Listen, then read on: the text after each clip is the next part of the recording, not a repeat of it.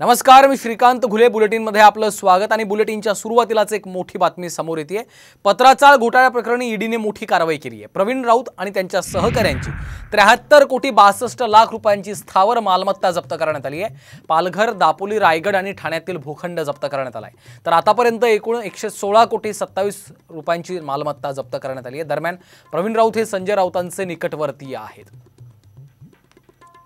सचिन गाड आमचे प्रतिनिधी सध्या फोनलाईन वरून आपल्या सोबत आहेत. सचिन, आपण पाहतोय पत्राचाळ घोटाळ्या प्रकरणी ईडीने कारवाई केली आहे. काय अधिकची माहिती?